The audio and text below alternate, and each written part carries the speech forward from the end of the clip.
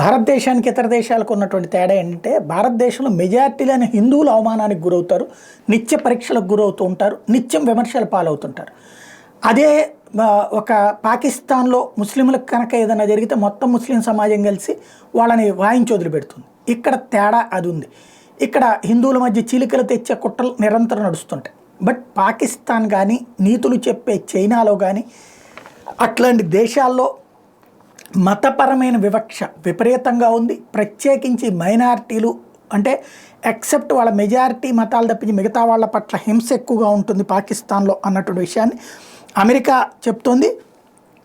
China, Pakistan countries రెండూ కూడా పర్టికులర్గా ఒక మత వర్గాల్ని అణచివేతకు గురి చేస్తాయి. చైనాలో ముస్లింలను అణిచేస్తుంటారు, పాకిస్తాన్లో హిందువులు, బౌద్ధులు, జైనులు, సిక్కుల్ని అణచివేస్తుంటారు అన్నటువంటి విషయం తేల్చింది.